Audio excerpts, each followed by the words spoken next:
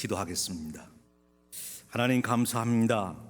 새해를 맞이하며 또 교회 100주년을 내다보며 저희들이 40일 기도를 하게 하시니 감사합니다.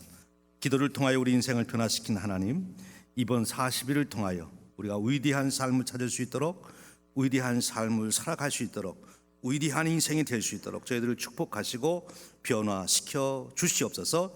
기도의 응답을 통하여 하나님의 놀라운 세계를 경험하는 축복의 사람들 되도록 이끌어 주시옵소서. 우리 주님 예수 그리스도의 이름으로 기도하옵나이다. 아멘. 하나님은 우리에게 2020년이라고 하는 놀라운 축복을 주신 줄로 믿습니다.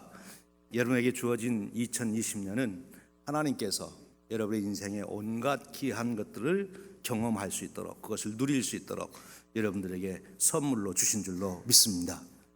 그런데 하나님이 예비하신 그 놀라운 축복을 내가 누리는 것은 저절로 가만히 있으면 되는 것이 아니라는 거예요. 에스겔서 36장 37절에 에스겔 선지자를 통하여 하나님은 이스라엘 백성들이 포로에서 돌아와 다시 에덴과 같은 나라를 회복할 것을 말씀하십니다.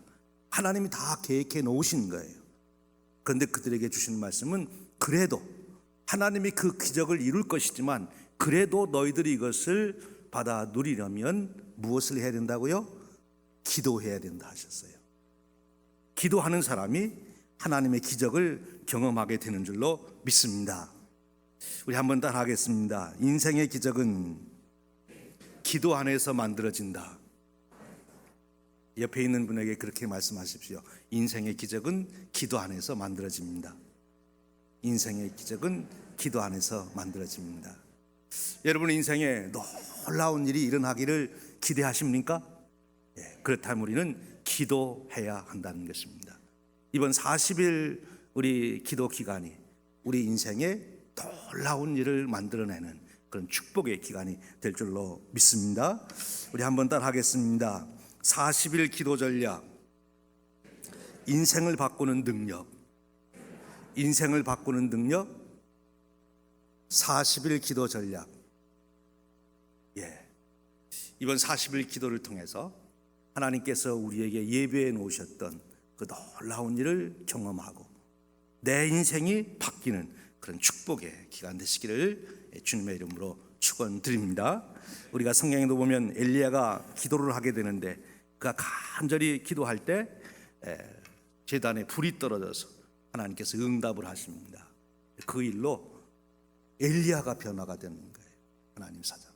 이번 기도하는 기간을 통해서 바로 그런 축복을 우리가 누리게 될 줄로 믿습니다.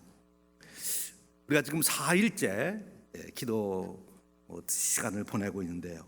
우리가 첫 번째 우리가 하나님 말씀 첫날 우리가 은혜를 받았던 말씀은 사도행전 10장에 있는 말씀이었어요. 고넬료라고 하는 사람을 통해서 하나님은 인류의 새로운 역사를 열게 되는데 유대인들 안에만 갇혀있던 이 복음 기독교가 이제 이방인에게도 증거될 수 있는, 그래서 이제는 본격적으로 로마를 향하여 복음이 진격할 수 있는 새 역사를 여는데 그 새 역사의 주인공이 된 고넬료를 가리키기를 10장 2절에 이렇게 말합니다. 하나님께 항상 기도하더니, 항상 기도하더니, 항상 기도하는 자에게는 하나님께서 이와 같은 기회를 주신다 하는 것입니다. 우리 스스로 기적을 만드는 것이 아니라 기적은 기도하는 자에게 찾아온다는 것입니다. 우리가 계속해서 기도하고 기다리면 하나님께서는 그런 일을 경험할 수 있는 은혜를 우리에게 주신다는 거예요. 우리가 하나님께 지속적으로 기도하면 놀라운 일이 지속적으로 일어나게 되는 줄로 믿습니다. 고넬료를 통해서 우리에게 주시는 교훈은 항상 기도하는 사람이다. 그것이 위대한 삶이에요. 항상 기도하는 사람이, 기도하는 삶이 위대한 삶인 줄로 믿습니다. 위대한 삶을 살아가면 위대한 일이 일어나는 것입니다. 우리 두 번째 날은 예레미야, 두 번째 날은 잠언 16장 9절, 예레미야 10장 23절 말씀과 같은 말씀인데, 사람이 마음으로 자기의 길을 계획할지라도 그의 걸음을 인도하시는 이는 여호와시니라. 온 우주 만물을 운행하시는 하나님께서, 한치의 오차도 없이 운행하신 하나님이 우리의 인생도 그렇게 인도하신다고 하는 거예요. 근데 하나님이 그렇게 인도하실 때 하나님은 우리에게 기회를 주신답니다. 기회. 사람을 만날 수 있는 기회, 어떤 일을 할 수 있는 기회. 우리가 할 일은 기적을 만드는 것이 아니라 기적이 우리에게 찾아올 때 그 기회를 놓치지 말고 잡아라 하는 거예요. 기적을 붙잡는 것이 바로 우리가 할 일이다 하는 것입니다. 하나님께서 내게 감동을 주실 때 그것을 따라 순종하라고 하는 것입니다. 감동이 올 때 우리가 그것을 순종하게 되면 바로 놀라운 일을 이루는 거죠. 우리가 지금 읽고 있는 책에서도 그 피터라고 하는 사람이 비행기를 타고 가다가 옆에 여학생 하나가 앉아 있는데 말을 걸으려고 하는데 영 반응이 안 좋아요. 그래서 그만둘까 하다가 계속 마음속에 말을 걸으라 해서 말을 걸어봤더니 지금 이 아이가 낙태를 하러 가는 거예요, 라스베가스로.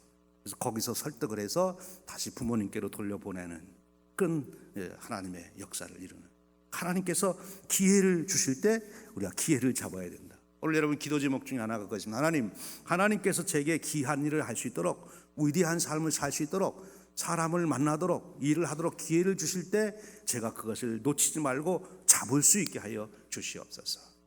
우리 인생은 기회의 연속으로 이루어지는데 기회를 잡은 사람은 성공하는 것이고 기회를 놓친 사람은 실패하는, 기회를 잡을 줄 알아야 된다 하는 것입니다. 우리 어제 세 번째, 어제 우리 배운 말씀은 여호수아서 3장 5절 말씀입니다. 여호수아가 또 백성에게 이르되 너희는 너희 자신을 성결하게 하라. 여호와께서 내일 너희 가운데 기이한 일을 행하시리라 합니다. 하나님이 우리에게 2020년이라고 하는 놀라운 새해를 주셨습니다. 어떻게 우리가 이 하나님의 축복을 내 삶에 누릴 수 있을까? 바로 이 여호수아 3장 5절이 그 원리를 가르쳐 줬습니다. 우리가 어린아이가 맛있는 음식을 받으려면 어머니가 줄 때 손을 깨끗이 씻어야 음식을 줘요. 그것처럼 우리 자신을 깨끗하게 해야 된다. 성결하게 하라. 하나님의 거룩한 축복을 담을 수 있도록 내 자신을 거룩하게, 성결하게 만들어라. 그럼 이 성결하게 한다는 것이 뭐냐? 그것은 구별하는 것을 말한다. 하나님을 위해서 내가 나를 구별하는 거예요. 하나님을 위해서 나를 하나님께 드리는 거예요. 그것은 언제 어디서든지 사람 눈치 안 보고 하나님 눈치만 보고 살겠습니다. 그렇게 결단하는 것입니다. 그것이 헌신입니다. 마크 피터슨 목사님 경우의 예를 들면 공항에 사람들이 그렇게 복잡하게 오고 가는데 기도 시간이 됐을 때 무릎 꿇고 기도하는 것이 그 교회 약속이었는데 할까 말까 하다가 거기서 사람 눈치 안 보고 기도하게 됐다. 무슨 일을 하든지 하나님 눈치를 보라는 거지요. 내 주권을 포기하고 하나님께 주권을 맡겨드려라 하는 거였어요. 전적으로 하나님께 헌신된 사람이 있다면 그 사람 안에서, 그 사람을 위해서, 그 사람을 통해서, 그 사람에 의해서 하나님은 놀라운 일을 이룰 것이다. 세상은 그것을 볼 것이다. 무디 선생님이 이 말씀으로 일생이 변했다는 것 아닙니까? 어제 아침에 소개했듯이 20세 청년 하나가 자기 자신을 하나님께 바치겠다고 엄숙한 서약서를 씁니다. 그로 53년이 지났어요. 34년이 지났어요.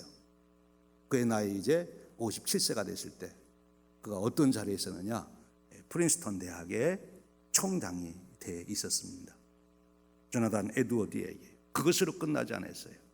그의 후손에서 300여 명의 목사님과 선교사들이 나오고, 그리고 120명의 교수님들이 나오고, 작가가 60명이 나오고, 대학 총장이 14명이 나오고, 국회의원이 3명이 나오고, 부통령이 나오고, 그가 헌신하겠다고 하나님의 축복을 받을 수 있는 그릇을 만들 때 하나님은 그를 통해서 놀라운 역사를 이루셨습니다. 여러분들이 새벽에 나와 이 기도하는 것, 여러분의 인생 살아가는 동안에만 영향력이 있는 것이 아닙니다. 여러분들이 드린 이 기도는 여러분의 후대에도 계속 영향력을 남겨놓는 줄로 믿습니다. 이 조나단 에드워드 목사님, 자기 자신만 부흥운동을 일으킨 것이 아니라 이분의 영향을 받아서 영국에서는 존 웨슬리 목사님이 놀라운 부흥의 역사를 통해서 영국이 개혁되는 일을 이루고, 윌리엄 캐리라고 하는 새로운 시대의 선교를 여는 선교사가 나오게 되는 것입니다. 우리가 우리 자신을 깨끗하게 할 때, 하나님의 축복을 받을 수 있는 그릇이 될 때, 하나님은 우리를 통해서 그 놀라운 축복을 이루게 되는 줄로 믿습니다. 이제 오늘 우리가 함께 읽은 말씀, 요한복음 9장 3절의 말씀입니다. 예수께서 대답하되 이 사람이나 그 부모의 죄로 인한 것이 아니라 그에게서 하나님이 하신 일을 나타내고자 함이라 하는 것입니다. 여러분, 지금 우리가 기도의 원 그리기 이 책을 사서 여러분들이 매일매일 읽으시죠? 우리가 책을 산 것은 매일매일 그것을 읽고 그 주제에 따라서 같이 말씀을 묵상하고 기도하기 위함입니다. 참 감사한 것은 제가 이 책을 주문할 때 몇 권을 주문할까, 우리 이 서점에 갔더니 책이 없어요. 그래서 한국에서 이제 주문을 해야 되는데 몇 권을 할까, 처음에는 30권을 할까, 40일 우리가 같이 기도해야 되는데 몇 분이나 참여할까, 좀 더 기도하니까 50명을 할까, 그러다 결국은 100주년이니까 100명 하자, 100명의 용사를 주십시오. 그래서 100권을 주문했어요. 그 주문하니까 그 서점 하시는 목사님도 그 100권이 나갈까요? 이러시더라고요. 그런 적이 없는가 봐요. 시카고에서 100권을 달라고.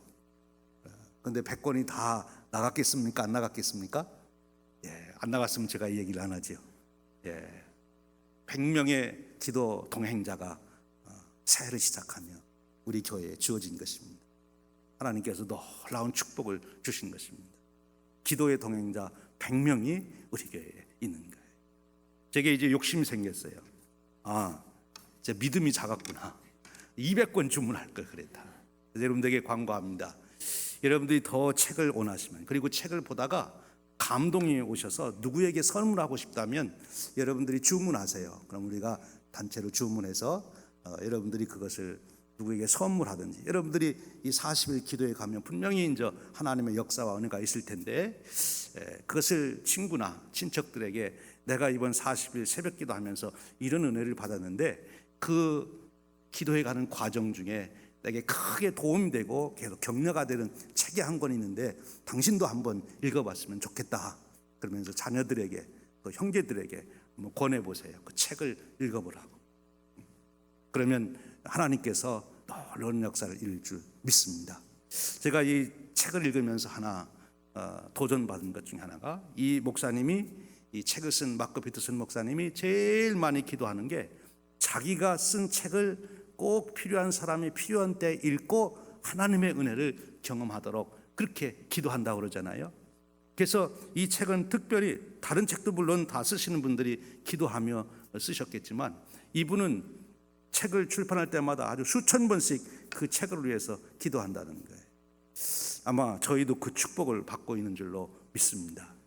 이 책을 읽으면서 우리가 지금 이 기도 은혜를 나눠갑니다. 그런데 그 책에 의하면 오늘 4일째 한 가정이 소개되지 않습니까? 트리아샤 틸러라고 하는 부부가 소개되는데, 이 부부에게 어떤 일이 일어났습니까? 3살짜리 엘라이라고 하는 아들이 있는데 우층에서 잘 놀고 있는 줄 알았는데 조용해서 가보니까 방 안에 없는 거예요. 그래서 창문가로 가봤더니 4m 높이가 되는데 그 창문 너머로 이 아이가 떨어져 있는 거예요. 병원에 갔는데 죽지는 않았습니다. 그러나 뇌손상이 일어나고 신경마비가 일어나서 이제 마비가 다 된 거예요. 이 부부가 열심히 기도합니다. 우리 아들을 좀 고쳐달라고, 고쳐줄 줄로 믿습니다. 그리고 자기들의 시간의 80%를 이 아이가 회복되는 그 재활을 위해서 노력을 합니다.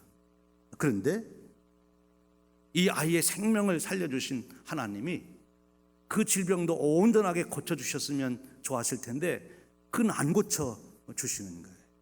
그렇게 기도하는데도 안 고쳐주시는 거예요.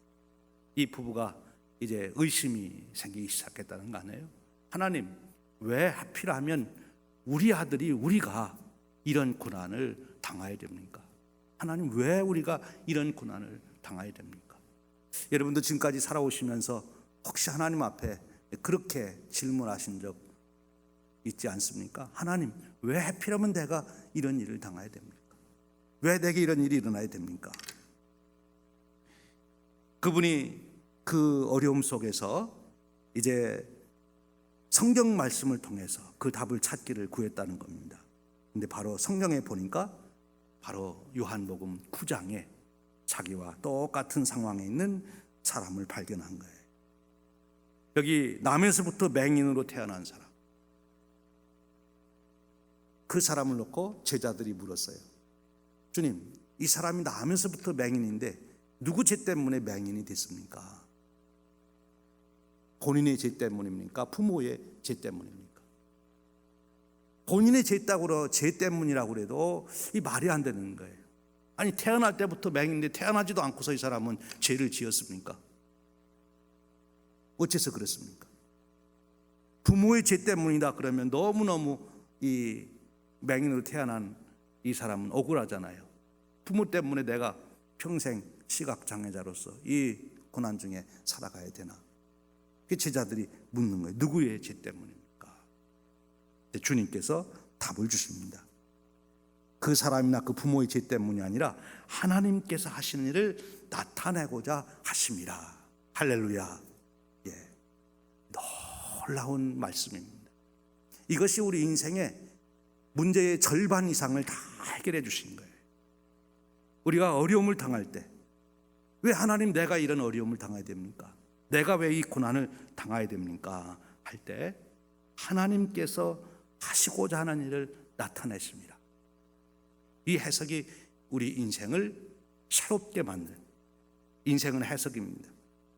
내 인생을 하나님의 섭리 가운데 볼 수 있는 눈이 열리는 순간 그의 인생은 새로운 세계가 열리는 거예요. 우리가 삼중고의 벽을 가지고 살아갔던 헬렌 켈러라고 하는 분을 잘 압니다. 그분은 말도 못하고 듣지도 못하고 보지도 못하고, 그러면서 그분은 얼마나 놀라운 역사를 이뤘습니까? 그분이 한국에도 살아계실 때 방문해서 큰 용기를 불러 일으켰던 분입니다. 그분도 왜 나는 이래야 되냐고 저주 속에서 그가 비명을 지르고 살던 그가 하나님 섭리 가운데 자기 자신을 보게 되는 거예요. 하나님의 섭리 가운데 자기 자신을 보게 됩니다. 하나님의 섭리 가운데 있는 자기 자신을 발견할 때 인생에 새로운 궤도가 생기는 것입니다. 놀라운 인생을 살아갑니다. 이 땅을 살아간 많은 정상적인 사람들보다도 이 헬렌 켈러라고 하는 사람이 얼마나 큰 일을 감당하게 됩니까? 하나님께서 하시고자 하는 일을 나타냅니다. 이 트라샤 틸러 이 부부는 3년 동안 노력을 하다가 그들이 생각을 바꾸기 시작했다고 그래요. 자기들의 생각을 적고 하나님께서 어떻게 해주실는지 기다려보자. 그래서 5년 동안을 그렇게 살아갑니다. 그러다가 그들은 결심을 하는 거죠. 이제 좌절하고 분노하는 대신 하나님이 무엇을 하실는지 보자. 기도를 하게 됩니다. 처음에는 고쳐달라고만 기도를 했는데 이제는 하나님이 안 고쳐주실 것 같은데, 그렇다면 하나님이 안 고쳐주시면 어떤 이유에서 이렇게 이 상황에 우리를 두시는지, 하나님의 뜻이 어디에 있는지, 하나님이 어떻게 하시려고 그러는지 한번 지켜보자. 그렇게 기도를 바꿨다고 합니다. 여러분, 우리가 기도할 때 이 상황을 바꿔주시옵소서, 이 상황을 바꿔주시옵소서, 우리가 그렇게 먼저 기도합니다. 예수님도 십자가를 앞에 놓고 먼저 기도한 게 무엇인가 하면, 이 십자가를 내가 안 지면 안 되겠습니까? 그 기도부터 먼저 했어요. 이 십자가를 좀 치워달라고. 그런데 주님도 중간에 기도를 바꿉니다. 아버지의 뜻이면, 아버지의 섭리가 그렇다면 제가 이 십자가를 지겠습니다. 그때 주님의 기도는 어떤 기도였겠어요? 하나님 아버지, 사랑의 아버지, 제가 이 십자가를 잘 감당하게 하여 주시옵소서. 그래서 인류를 구원하는 구원자가 메시아가 되게 하여 주시옵소서. 그래서 예수님은 메시아가 되신 거예요. 오늘 우리에게 주어진 환경을 놓고 우리가 드리는 기도는 하나님, 이 문제를 해결해 주시옵소서. 나를 이 자리에서 피하게 하여 주시옵소서. 그 기도가 먼저 되지만, 그러나 우리의 기도는 또 하나의 기도가 있다는 거예요. 하나님, 이 상황, 이것이 하나님께서 제게 주신 훈련의 기회라면 제가 이 과정을 통해서 연단을 받게 하시고 제가 정금이 되게 하여 주시옵소서. 이것을 깨달았던 사람이 누구예요? 욥이라고 하는 사람. 욥도 처음에는 하나님, 제가 무엇이 잘못했습니까? 친구들이 와가지고 계속 내가 죄 때문에 지금 벌 받는다고 이야기할 때 욥은 나는 이런 벌을 받을 만한 죄를 진 것이 없다라고 항변을 합니다. 그러면서 하나님께도 차라리 제가 태어나지 않았으면 좋을 뻔했습니다 라고 항변을 합니다. 근데 그가 깨닫습니다. 하나님의 섭리가 있다는 것을 알게 됩니다. 내가 이렇게 단련받은 후에는 내가 정금같이 될 것이다 하는 거예요. 여러분, 우리가 지금 40일 여정을 떠났습니다. 무엇을 찾아 40일 여정을 떠났습니까? 위대한 삶을 찾아서 40일 여정을 떠났어요. 위대한 삶이라고 하는 것이 편리한 삶이 위대한 삶은 아닙니다. 물론 위대한 삶을 살아가며 편리하고 편안할 수 있어요. 그런데 위대한 일을 한다고 하는 그 위대한 삶 속에는 항상 수고와 헌신과 고난이 함께 있는 것입니다. 예수님이 이루신 십자가 일, 위대한 일이죠. 가장 위대한 일이죠. 그런데 거기는 십자가를 지는 고난이 있는 거예요. 사도들이 간 그 사도의 길들 얼마나 위대한 일입니까? 사도 바울이 복음을 전하기 위해서 행했던 모든 일들 얼마나 위대한 일들입니까? 그러나 그 사도 바울의 길은 편안한 삶은 아니었어요. 위대함이라고 하는 것은 편안함을 떠나는 것입니다. 큰 일, 나라를 구하는 일을 하는데 평안히 잠만 자고 나라가 구해지겠습니까? 생명 걸고 나가 싸워야 나라를 구할 수 있는 거지요. 그것이 위대한 삶인 거예요. 여러분, 2020년 한 해를 살아가며 여러분들이 그저 편안하게 살다 가시려면 1년 내내 잠만 주무시면 됩니다. 그러면 편안해요. 그런데 여러분들이 위대한 삶을 사시려면 여러분들이 고난, 수고 아끼지 않아야 된다 하는 것이죠. 이 고난이 내게 올 때 이 섭리를 깨달으려면 어떻게 기도를 해야 되느냐? 문제만을 바라보면 그렇게 기도할 수가 없어요. 우리가 기도할 때 우리의 기도의 초점이 문제, 내가 가지고 있는 고난, 힘든 일, 내가 당한 이 어려운 일, 여기에만 초점을 두지 말고 우리의 초점을 바꿔서 하나님께 초점을 두라 하는 것입니다.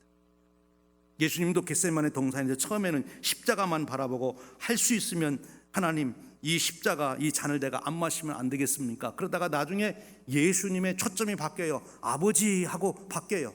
하나님 아버지를 바라봅니다. 하나님 아버지를 바라볼 때 하나님의 섭리가 내게 깨달아지고 그 섭리 안에 있는 나를 발견하고 그 섭리 안에 있는 이 상황을 보게 되는 것입니다. 하나님의 섭리라고 하는 궤도에 인생을 올려놓으면 그 인생은 위대한 인생을 살아가게 되는 거예요. 하나님의 섭리 가운데 만들어지는 그런 인생을 살아가게 되는 것입니다.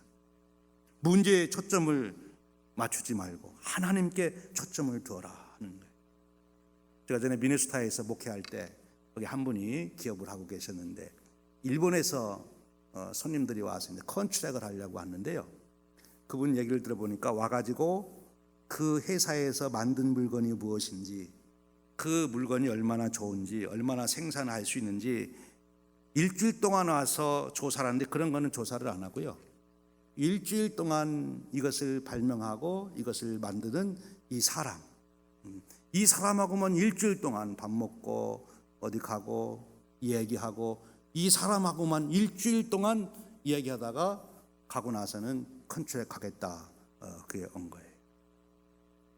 이 사람이 지금 하나 물건 만들어 놓은 거 가지고 평가할 수가 없는 거예요. 이 사람이 지금 어떤 사람이냐, 이 사람이 가지고 있는 지식이 어느 수준에 와 있냐, 지금 이 사람이 지금 어떤 철학을 가지고 이 회사를 경영하려고 하느냐, 그 사람에게 초점을 맞추고 그것을 가지고 결정을 하더라고요.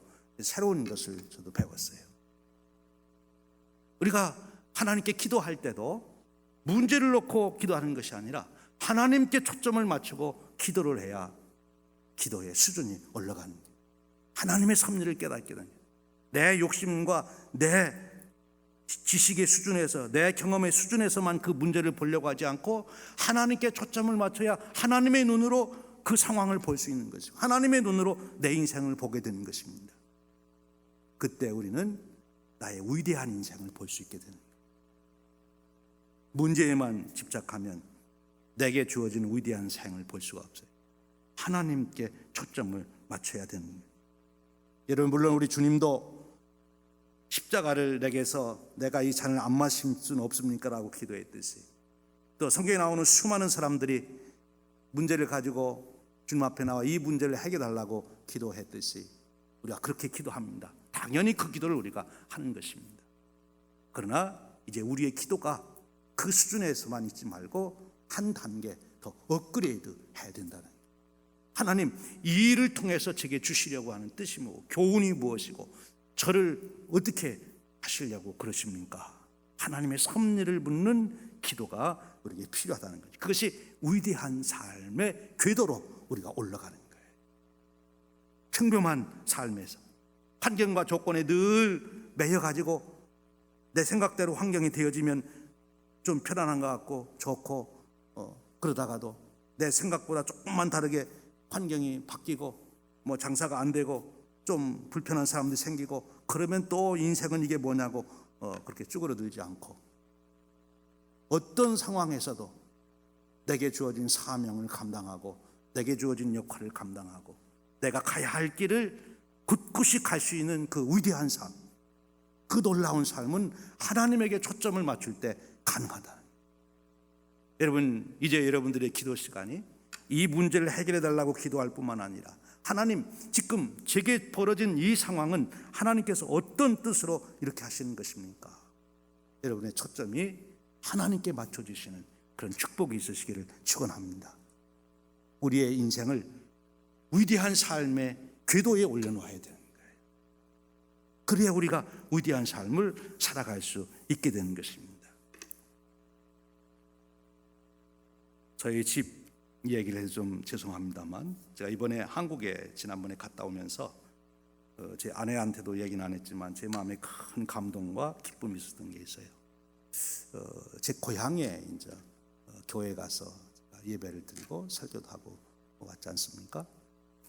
근데 그 이제 고향 교회가 저희 집이 이제 개척을 한 거예요. 형님이 목회자로서 개척을 하게 되는데, 그렇게 개척을 하게 된 것이 처음부터 저희 집에서 교회를 개척하자고 뭐 기도하고 그래서 그렇게 된 게 아니에요. 저희 어머니가 61살 되셨을 때 위암에 걸리셔서, 그래서 열심히 온 가족이 기도했습니다. 저는 막 그때 신학교를 갔을 때이고 온 가족이 열심히 기도했어요. 특별히 저희 아버님이 굉장히 열심히 기도했어요. 반드시 하나님께서 고쳐주실 것이다. 노력도 많이 하고. 그런데 하나님께서 끝내 고쳐주시라며 저희 아버님이 저한테 실망 섞인 말씀을 하시더라고요. 강태야, 내가 하나님 앞에 새벽마다 나가서 이렇게 기도했는데 꼭 고쳐주실 줄 알았는데 하나님이 기도를 응답해 주시지 않았다. 그런 말씀을 하시더라고요. 그런데 그런 과정 중에 이제 어머니가 그렇게 되니까 아버님을 모실 수 있는 사람이 없는 거죠.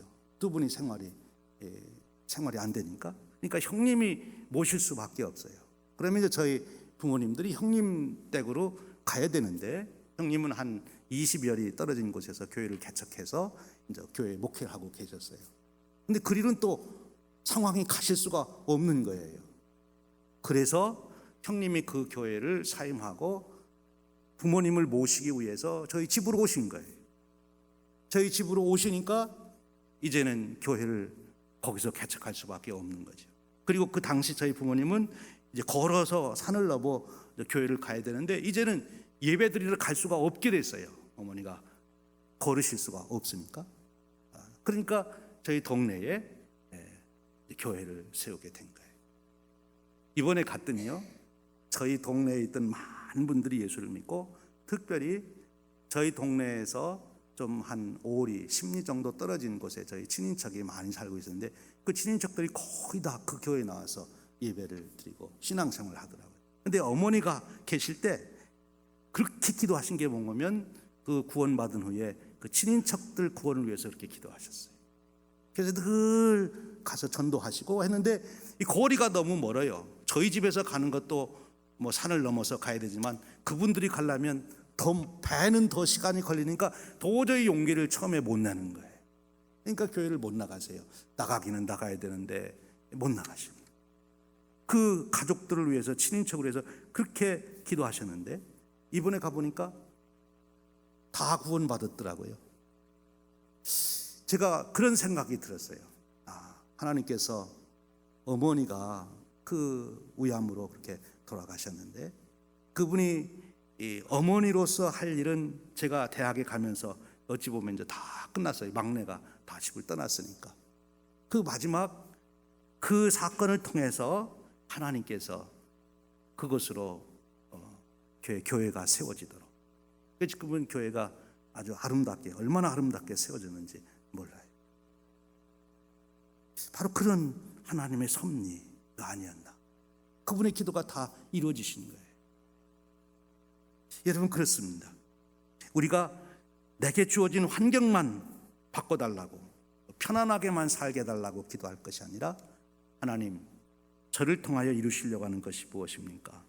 위대한 삶의 궤도에 내 자신을 올려놓을 수 있는 기도, 하나님께 초점을 맞춘 기도, 그래서 하나님의 섭리를 깨달을 수 있는 기도, 하나님의 섭리를 깨닫기만 한다면 우리 인생에 놀라운 역사가 일어나게 될 줄로 믿습니다.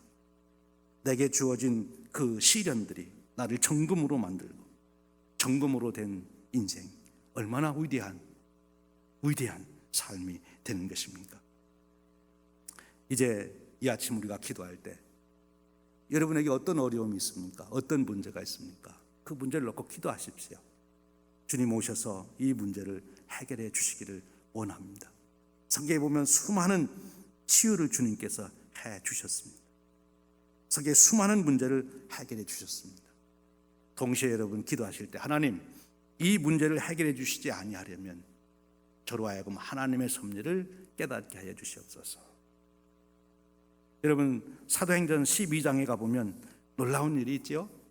그 당시 왕이었던 헤롯 대왕의 아들 헤롯이 이제 교회를 핍박합니다. 그래서 요한의 형제 야고보 사도를 죽입니다. 그래서 베드로도 이제 죽이려고 하는데, 그래서 옥에 가둬놨는데, 교회가 기도하니까 어떤 사건이 났습니까? 옥문이 열리고 베드로가 나왔어요. 똑같은 사도인데, 야고보 사도는 순교를 당하고 베드로 사도는 감옥에서 나왔어요. 똑같은 사도인데 왜 그랬을까? 거기는 하나님의 섭리가 있었던. 야고보는 순교를 통해서 그 당시 교회를 세울 수 있는 기초가 되고, 예루살렘 교회. 베드로는 하나님께서 그를 옥에서 끌어내 그 후에 이방 선교의 문을 열고 초대교회 또 다른 역사를 이루시기 위해서 베드로는 옥에서 꺼내 주신 거예요. 놀라운 역사지요. 오늘 우리에게 주어진 상황, 문제를 붙들고 이 시간 우리 함께 기도합니다. 주님이 겟세마네 동산에 가서 기도했듯이 여러분의 문제를 넣고 정말 고민되는 그 마음을 다 털어놓고, 하나님, 제가 이런 고난, 고통을 가지고 있습니다. 이 문제를 해결해 주시고 이 문제에서 저를 건져 주십시오. 그리고 이 문제를 제가 감당해야 될 일이고 이 문제를 통해서 제가 정금이 되어야 될 일이라면 하나님, 저로 하여금 그 섭리를 깨닫게 해 주십시오. 그 기도를 아침 드릴 수 있기를 바랍니다. 우리 시간 함께 주제 찬양을 부르고 그리고 기도하는 시간을 갖겠습니다.